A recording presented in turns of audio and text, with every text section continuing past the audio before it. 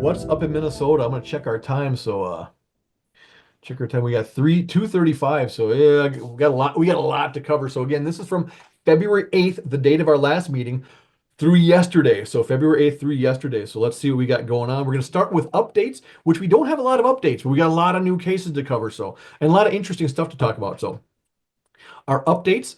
Um, we have one case to update you on, case number 139561-U. And so this is a case I showed you before, which wasn't completed. Since then, it's been completed. Now I'm going to show you the conclusion of that. So, and the -U, those are like little qualifiers. There's 3 or 4 different ones that MUFON uses. U is for unidentified flying object or for UFO. So this took place on November 5th of 2024. A rectangle was seen in Moorhead. They were fishing with their friend and decided to walk because it was getting dark.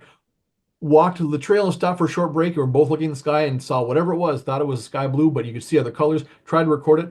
And Anna was working on this. She has now completed it. So let's see what Anna has turned up on this one. So she completed it, insufficient data. So she says, I was unable to interview this witness. Although he responded to emails on 2 occasions, we could not confirm an exact date or time. He did not answer the phone or return calls. Because the day and time is approximate, and I'm not certain of the location, I have no choice but to close this case with a disposition of insufficient data.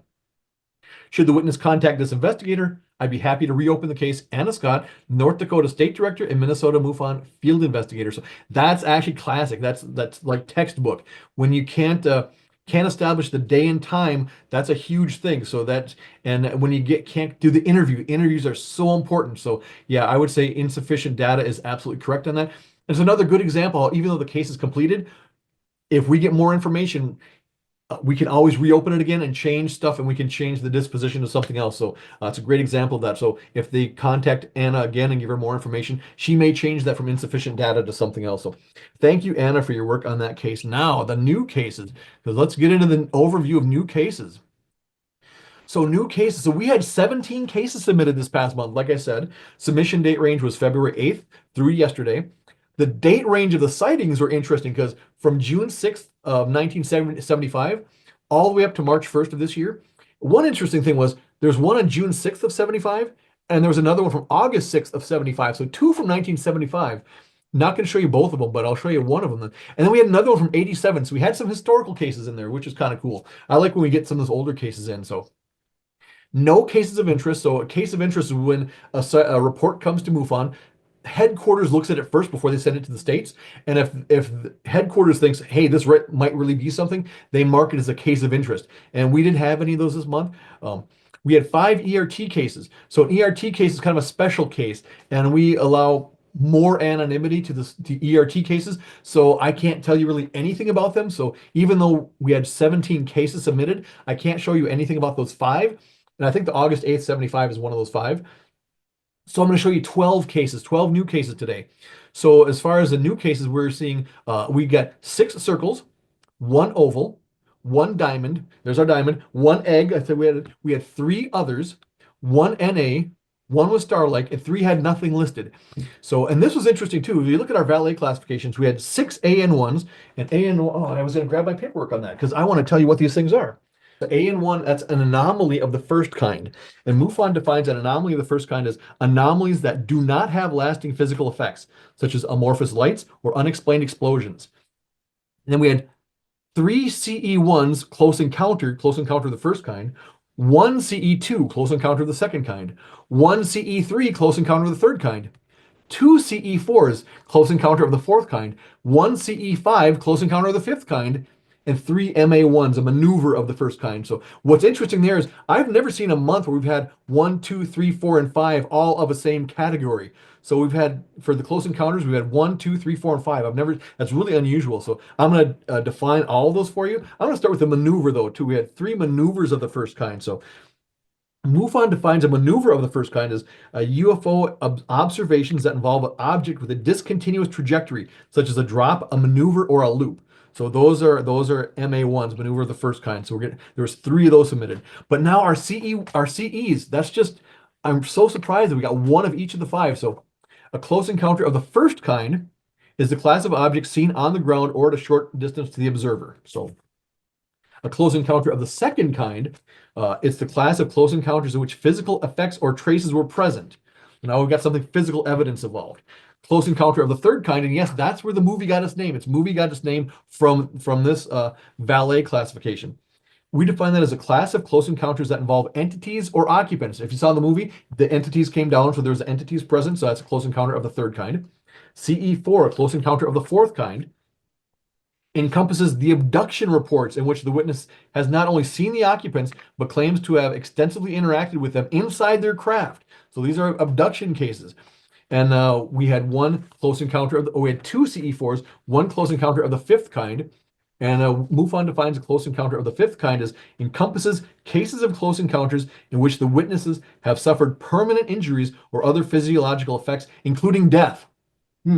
So, and CE5 is kind of a hip term. There's a lot of other organizations have adopted the term CE5. I know of at least two others that use it, and their definitions are different from ours. So we're the originators. We have the I don't know if we claim we have the actual definition, but I know of at least two other organizations that reference the CE5. But we've got 4 categories and 5 levels, so that's what we established. So they're kind of stealing our CE5 title for that there, which is fine. They can do whatever they choose. And one thing else that I noticed for these valet classifications, there's not a single FB1 this month. So FB stands for flyby.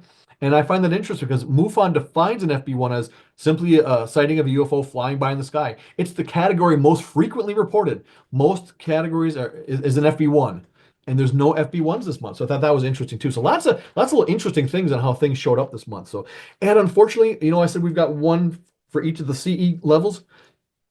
Because there's 5 ERT cases, some of those are ERT cases. So I'm not going to show you all of them, but I will show you the 12 cases that I'm allowed to show you. So I should just stop talking about it, and I should just show you. Case number 141066-U took place on November 19th of 2024 at 1:36 a.m. Shape was an other. Classification was CE1, close encounter of the first kind. Took place in Clements, which is in Redwood County.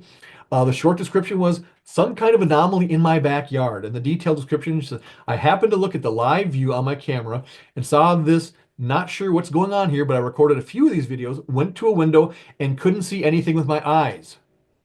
That's a key point right there. Couldn't see anything with my eyes. That's going to come up a number of times.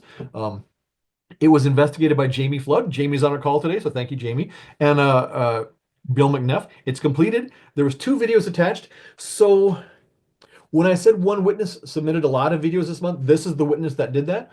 And she submitted a lot of videos. So she submitted a lot of videos. So some of them are very similar. Some of them have little interesting little nuances and stuff. But yeah, so whenever I show you a case that says Clemens, Redwood County, it's the same person. And you'll be able to tell too, because in some of the videos, you're like, oh, this is the same backyard. I can tell the same thing. So, and sometimes when we have cases, I ask the field investigators who are on board if they'd like to comment on them. So after we kind of get through all of these, since Jamie is working all the cases with this one witness, I'm going to ask Jamie if you don't have to, Jamie, but if you'd like to, I'll give you a comment if you'd like to speak on any comments you might have on the cases or what it's like working with a witness or whatnot. So we've got 2 attached videos. I'm going to show you I'll show you these 2. So I think if I go to the next slide, yeah, so let's go to the videos. So this one's relatively short. This is 8 seconds, so we'll show you the whole thing. And I think what she's noticing is this really bright dot here.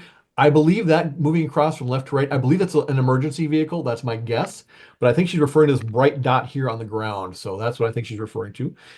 So we'll just finish out that one. So that's another short one. So, and I'm not sure if you can see that's the same location with that big tanker there. Not sure what that big object is, but this is actually a video. It's not a still shot. This is actually video playing. So that is a still shot. So that is the 2 for that case. We completed this one, disposition IFO man-made object. So here's what Jamie and Bill came up with. Reviewed 2 videos submitted by a witness of what she believes to be an anomaly in her backyard captured by surveillance video. Again, she didn't see it herself. So this appears to be a lens flare originating from exterior lighting. That dot on the ground looks like a lens flare, exacerbated by condensation on the lens, so foggy lens, and light shining through a foggy atmosphere. The timestamps on the November 19, 2024 video submitted by the witness were 1:36 and 2:14. According to the nearby weather station in Redwood Falls, there's a light rain between the hours of midnight and 1 o'clock. Temperature is 51 degrees Fahrenheit, and at midnight, increased to 55 degrees by 2:30. Humidity at midnight to 2:30 ranged from 94 to 95%. And I didn't include the weather data, but thank you, Jamie, for providing the weather data. That's fantastic. So she emailed the witness the findings, and she's had no response to that date. So next case number, come on.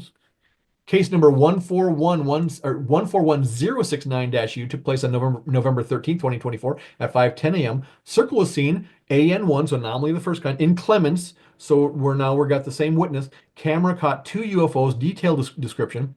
My camera caught four UFOs hovering and then they slowly disappeared. No sound was detected. Couldn't see them with my eyes. Jamie investigated that one. She completed it too. I just want to check real quick. Okay, that's right. Okay, two attached videos. So I'm going to show you those two videos. Oh, I thought I had these all in here. Well, you know what? She's got so many videos that she submitted. I'm just going to kind of run through some of them. And I don't think this is the one for that case, but you got an idea. Um, this one we haven't looked at yet. So let's play this one. Again, now this is actually a video running. It looks like a still shot. You can kind of see on the right, that light's kind of getting brighter and dimmer, kind of flashing on and off. I don't know if that's what the witness is referring to, but obviously that big glare in the photo, that's obvious. Probably thinking some of that. Again, she's not seeing this directly. She's getting this on her surveillance camera. So she's not, and that's one thing too. With a lot of these cases, when uh, when the person isn't seeing it directly, a lot of times we have to disclose it as unknown other or information only, because the problem is this was taken by a camera and we can't interview a camera. We need to interview a person. So there's not really actually a witness to the event. There's a witness to a video that was taken of the event, but not the event itself. So let's go back here. And as you can see, there's a couple more like this. I'll show you this one to um, yeah, kind of the same deal. This is the tank I mentioned, the other one. You couldn't see it as well in this one, but you can see it better here. And that light's kind of getting brighter and dimmer. I'm guessing, yeah. So a lot of the videos look a lot like this. So that's why I'm probably not going to show you all of them, because she sent us so many videos, which is great. And this video is like over 2 minutes long. So I don't know that we're gonna. One of them did have something kind of interesting. I don't know if it was this one or not. It had something kind of fly through, but I'm guessing whatever flew through it could have been a bird, probably a bug, but it flies through this area and kind of goes up and kind of disappears. So, um, and I'm gonna go back here. Let's see. So, and I'm gonna show you. I'll show you maybe just one more from this case, because there's so. Oh, this is, yeah. She has some that are a few like this. I think it's this flashing light that she's talking about, but I was hoping these would be a little bit better organized than that, but they're not. So this is only a 6-second video. I'll show that to you again real quick. I think she's looking at that one light over the horizon there. This is good because you've got like that, I don't know if it's a street and you've got that sign, so we could actually identify where this is exactly if we had to. So two attached videos, and this one, completed IFO man-made object. So the witness submitted two videos likely taken by surveillance camera of her backyard. She believes that UFOs are captured. There's several street lights, some causing lens flares. There's also a substance which is irregularly blowing through the field of view, unable to positively identify, but could be snow, sleet, rain, seedlings, bugs, etc. Beginning timestamps on the November 13th video was 5:10:27 and 5:10:33. That's AM. A portion of the videos from 5:10 and 5:10 is showing duplicative footage. So weather was windy, gusts up to 19 miles per hour, 89% humidity. Believe that two UFOs the witness saw were lens flares caused by the close streetlight, which was exacerbated by weather conditions. And again, I didn't attach the weather data, but she emailed the witness with findings and no response received to date. So, and now case number 141070-U took place on September 2nd, 2024 at 4:35 p.m. Starlight was seen, AN1 anomaly of the first kind. Clements again in Redwood, so we got the same witness. Looks similar to Starlink. So that's interesting. It looks similar to Starlink. So the witness knows what Starlink looks like. I was outside looking at the sky, following an orb that was gliding by, and in an instant, these lights just appeared. They didn't move at all, no sound, but I felt electrical. I'm sure the adrenaline played a part, but I felt like electricity was running through and around me. My hair stood up. I recorded it for 2 minutes before it slowly disappeared, a few lights at a time. It never moved. There's a bale of hay in the video for reference that it did not fly in and fly away like other Starlink does. So Jamie Flood and Bill McNeff, it's in progress. There's one video for this one, and I'm going to see if I get the right one, but yeah, it's interesting. It's a little different from the other ones, but so let's go back to, and remember, F-bomb alert, so just in case you're sensitive. So see, that does look like a very typical Starlink. So the whole line of there's F-bomb one. Next one's I coming. have the goosebumps from my head to my feet. What the heck is this?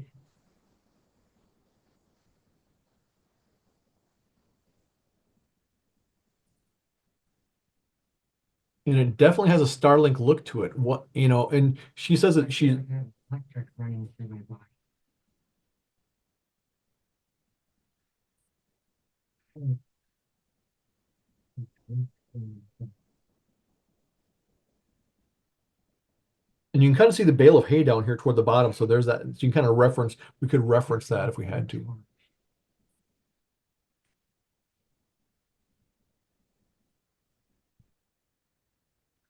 Heart, oh,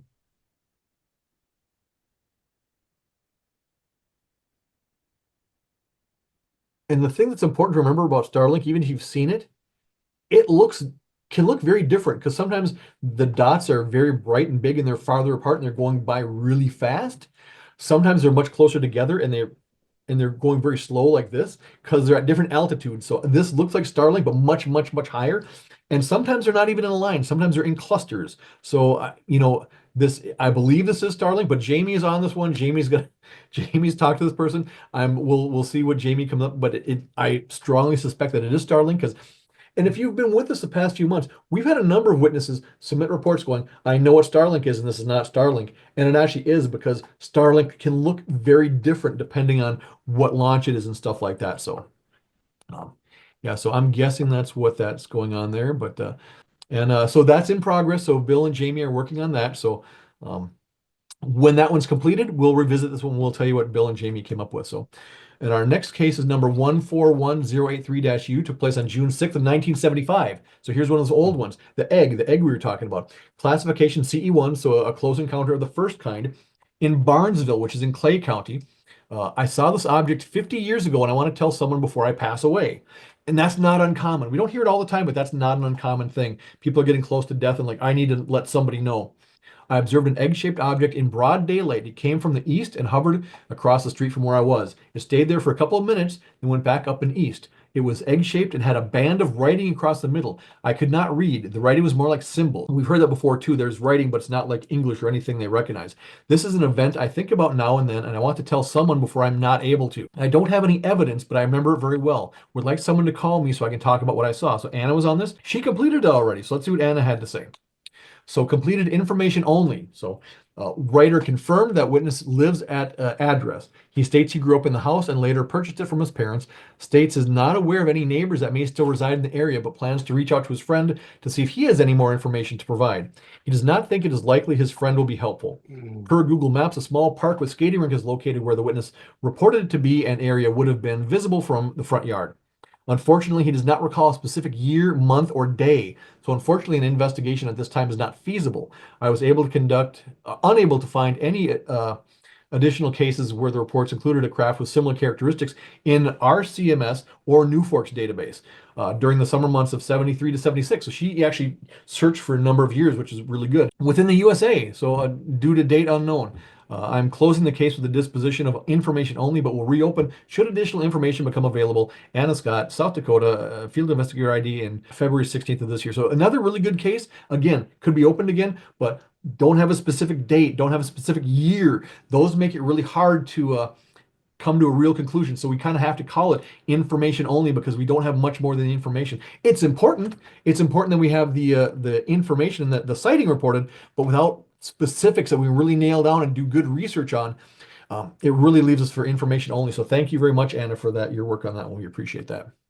Case number 141086-U took place on January 21st of this year at 3 a.m. Other AN1, so anomaly the first kind, in Clements, Redwood County. So again, we've got our witness again. Her short description, all she said was anomaly. And she said this anomaly was being caught on my outside camera, and I had no idea what it is. Was Jamie and Bill worked on it. They've already completed it. And she submitted 4 videos with this. So let's take a look at this video and notice there's a dog here. So we've got the dog. And notice there's that dot by the dog too, up above to the dog. And that showed up in one of our other ones too. That same dot was there. So, and notice the dog didn't pay any attention to that dot. So, see, the dog walks right by it and doesn't even look at it. So, Right. and let's see if we can get the other one. Here's another one. Same event. So there's that same dot again. We don't see the dog in this one. Um, I don't know if we see anything else moving. So that one's over with. I think there was 4 videos. So let's hear some. Okay, go. Okay, here's one. So again, so now we've got another vehicle. Remember I said that other one looked like emergency vehicle? I think that's an emergency vehicle. Pretty safe bet on that. But there's that same dot there. So So, Tom, if you notice, when the emergency vehicle went by, we had lens flares that tracked the emergency vehicle, yep, and this yep, dot here, which is stationary, appears to be a lens flare from the street light, which is right. stationary. And now that the screen is solid, you can actually kind of see that it's an emergency vehicle. So Mm. yeah, so that's what we're looking at. So Ivor's not even a field investigator, and Ivor came up with that. So let's see what our actual field investigators said on that one. So let's take a look at them. Because of course, like I said, Bill and Jamie worked on that. The completed IFO man-made object. So the witness reported an anomaly that was captured in video taken by her outside surveillance camera. Again, no eyewitness. The witness submitted 4 videos with date stamps on January 1st. First 2 videos stamped 309 shows a lens flare caused by that near street light. So a little black dog also seen walking in the yard in these videos, unaffected as it was not seen by that didn't seem to see the lens flare, which it can't. A lens flare is actually happening inside the camera. It's from a very bright light source that's either it's either in the field of view or just outside the field of view of the camera. It gets in the lens, it kind of bounces around and flares up a little bit. And if that light is stationary, the flare will be stationary too. So that's what's happening there. So the dog couldn't see it because the dog can't see inside the camera. It appears to be snow or some substance blowing across the video frame. Third video shows a lens flare caused by a near street light. Final video, a lens flare caused by a near street light. Additionally, a car can be seen driving through left side of the video. Additional lens flaring. The light from an airplane can be seen traveling from right side of the sky, and occasional snow or other substance. The cause of the anomaly observed by the witness in each of these videos is lens flaring out of the near street light. Also appears to be washed out pixels from oversaturation of a bright street light. That one big octopus looking one we saw earlier, I'm pretty convinced that the pixels on the camera were simply just overloading, and that's what was happening there. Emailed findings to witness, no response received as of time of case closing. So let's go to case number 141124-U. Took place on November 8th of 2024 at midnight. A diamond was seen in MA1 in Britt, which is in Lewis County. So a different witness this time. And this one's interesting too. His short description was contact me if further information is needed. His detailed description, contact me if you want further information. That's all he said in both the short and the long descriptions. Steve Hero was working on that one. He completed it. Let's see what Steve found out. Completed information only. So Steve contacted the witness. It was hard to get information from the witness, and some of the answers were very vague. Also, he wasn't sure the date this has happened. So there's, as you can understand, when that's the actual text they submitted, there's not much to go on. And if you interview them and can't get information out of them, there's just not a lot to go on. So information only is what the best we can do with it. So thank you, Steve, for your work on that. We certainly appreciate it. Case number 141181-U took place on February 10th of this year at 5:45. A circle was seen at AN1, so anomaly of the first kind in Hermanton, which is in St. Louis County. 4 lights hovering. Again, so we're in Hermantown, so we're not that same witness, but she's got more coming in. 4 lights hovering. My wife was traveling south on Highway 53 when she spotted lights hovering behind and over the Pike Lake Holiday gas station. She was driving, was able to take a couple of pictures with her phone. First was about 3/4 of a mile from the gas station. The second was less than a 1/4 mile. We drive this road on a daily basis and have never seen anything like this. They did not seem to change position in the whole time she was viewing them. I've seen SpaceX satellites, and this did not look like them. So we've said we hear that occasionally. They were too low to the ground and too large. I do not know that. I do know there's an airport and the 148th Fighter Wing Base, but that would be a little more southwest of where these lights were. Steve Hero worked on it. He completed it. I'm going to show you the 2 pictures. And so there's the bright light up here. Then there's these string of lights over here too. So, and then we've got the next photograph. We got the same 3 lights, and then this one over here. So Steve completed it. Let's see what Steve had to say. Completed information only. So starting with a large light in the upper left of the photo 7207, that appears to be the moon. And according to timeanddate.com, directly behind the holiday station and only a few miles away is the Duluth International Airport. This prompted me to check Flight Radar 24 to see if there were any planes in the area at that time, which there were not. So that eliminates any type of aircraft. The white light to the right looks like it's actually a street lamp, which was discovered by enlarging the photo. So he blew it up and took a look. The 3 anomalous lights above the station are so far undetermined, and I did not investigate further since this information is only case. So that's what Steve came up with on that one. So thank you so much, Steve, for your work on that case. Case number 141258-U took place on February 25th of this year at 2:02 a.m. A circle was seen, classification AN1 in Clements. So we've got that same witness again. Strange lights, anomaly, orbs, and UAPs. So she said, Checked my live view camera. Again, now she's not seeing it herself. She's checking her video camera at 2 a.m. Saw the strange big bright light anomaly by street lights was there. Went outside and couldn't see anything. Camera gets it. Eyewitness can't see anything. So that's another clue that we would look for. I did see my regular orbs. UAPs were extra active, so I recorded a few with my phone. Meanwhile, I kept checking my live view, and I noticed this anomaly was changing shape, but I couldn't see it with my eyes. Camera's picking up one thing, the eyes are seeing something else. The video at 3:02, I watched it all the way through and didn't notice much. Then I scrolled on the bar to make it go faster and noticed multiple UAPs flying toward the anomaly. Interesting that when it's going faster, she sees stuff. So this is a sign to me, and actually we're getting close to the end because I know before they get assigned to field investigators, they get assigned to state directors, and so that's why it's assigned to me. She submitted 8 videos for this one. I don't know, I want to show you all of them because a lot of them are very similar, but we'll take a look at a few of them. But since we got our speaker here, I kind of want to get through these though. Put in the chat so Ivor can let me know. Put in the chat if you want to continue to see more of her videos because they're very similar, and we don't think they're actual extraterrestrial craft. And Ivor, let me know if they don't want to see the videos, because then if they don't want any of them, I can just stop it. We can take a break and we'll come back for Seth. So put in the chat if you want me to skip the videos, but for now I'll start showing them to you until Ivor lets me know. Yeah, so that's that big one. That's file number 2. And I'm going to stop this and go back. Here's file number 3. And you're seeing that, I take it? Yes. Okay.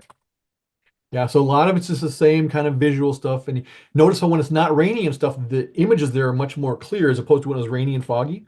Mm. Okay, we got that same lens flare and that same bright subject that's creating that lens flare. So file number 4. Again, a lot of these are very similar. There's our squad car again. So I'm going to stop this one and go back. See what file number 6 has. So there's these lights again. And they're little and that was only 6 seconds long. So, okay, so there were 8 of those. So because it's the same witness, Jamie, like it or not, I think this one's going to come your way and the reason for that is not to overload Jamie with all these cases, but Jamie's been in touch with this witness. She's built the relationship. She's got the foundation. She has a feeling for what this witness is like. So, and that's not uncommon. We get multiple cases from the same witness. We will tend to send them to the same field investigator because imagine as a witness, now you've got, say you submitted a lot of cases. Now you've got all these different people from MUFON calling you. We are eliminating that. We're having one person from MUFON contacting them. So it kind of helps the witness, kind of overloads the field investigator. So Jamie, my apologies. So case number 141291-U again. Oh, this is a different one. A circle was seen on February 19th, CE1 close encounter of the first kind in Skyline, which is in Blue Earth County. Ball of light. I live on a hill at the edge of town. 2 of us both saw a big bright orb suddenly appear several feet above the tree line in the eastern sky. It hovered and then descended in the shape of an arc, not a straight line. The object suddenly disappeared right above the tree line. A couple of planes went by at a much higher altitude over the next 2 hours. This orb had no other lights and didn't have a trail like a meteor or comet. We heard the planes, but no noise from the orb. So this was assigned to me. It'll probably get assigned to somebody else. Probably not Jamie. Jamie will give you a break on this one, but another field investigator. When this one's closed, I'll show it to you in a future meeting, and we'll find out what has happened on that with that one. And case number 141314-U took place on March 1st of this year at 3 a.m. Circle was seen. Maneuver of the first kind in Clements. So we've got the same witness again. She probably submitted like 6 or 8 cases this month. So orbs UAPs. Her short description was these orbs UAPs come in independently and seem to gather in the same general area. They glide and disappear. This is a regular occurrence, and they seem to come around the same time almost every morning between 3 and 4 a.m. And that's another key point too. When you get the same type of anomaly or sighting happening at the same time every day, when I hear that, I immediately think there's something man-made or something, human involved, or something natural and regular, because UFOs, extraterrestrial craft, they just don't keep a regular schedule like that. So there's 10 videos. There is one that's kind of interesting because it does show a car going by, but the lights from the car. But yeah, so I accept that because we got our speaker here, so I really want to, and we're almost done now too. So moving on to case number 141331-U took place on December 6, 2024. An oval was seen in Rice Lake, which is in St. Louis County. AN1 is an anomaly of the first kind. Glowing large orange oval viewed for 10 minutes plus. Disappeared shortly after picture taken. Viewed object for 10 minutes, pulled car over, we had a clear view, took picture of it, and it disappeared within 10 seconds. Drove for about 5 miles and never happened. Assigned to me, there's 2 pictures attached. I'll show you the 2 pictures. And then this will probably get assigned to someone else too, but not Jamie. So here's the one, again, this happens a lot. You've got a black background and a light, and there's not a lot we can do with that. But it is evidence of some sort. So and then they zoomed in on it. So in here you can almost see like a structure of a craft, but you kind of go, is that a structure of a craft or is that pixels that are like getting overloaded again? So really hard to tell what that is. So we will get that assigned to a field investigator. When it's completed, we'll revisit that again. And I think this is our last case, 141337-U, February 28th. A circle was seen in Clements again, so our same witness, MA1 maneuver the first kind. These lights have been going on for a while now. I haven't seen them much closer than this, but they are in the same areas regularly, various times in 2 to 3 a.m. and 6 to 7 a.m. They turn on and off randomly, go from a tiny speck to a massive bright light and glowing ball of light. I've watched them with binoculars and can't see past the light, but when they're off, there's nothing. There's no car, no anything to be emitting light. They are near the same area. I regularly see my UAPs in the sky. I'm wondering if they're the same thing. So now the witness, I think, is starting to put things together. I think she's starting to come to the realization that it's probably not something extraterrestrial, but it's assigned to Jamie. You're probably going to get this one, but we're going to pass on the videos, and that's what's up in Minnesota. And I'm going to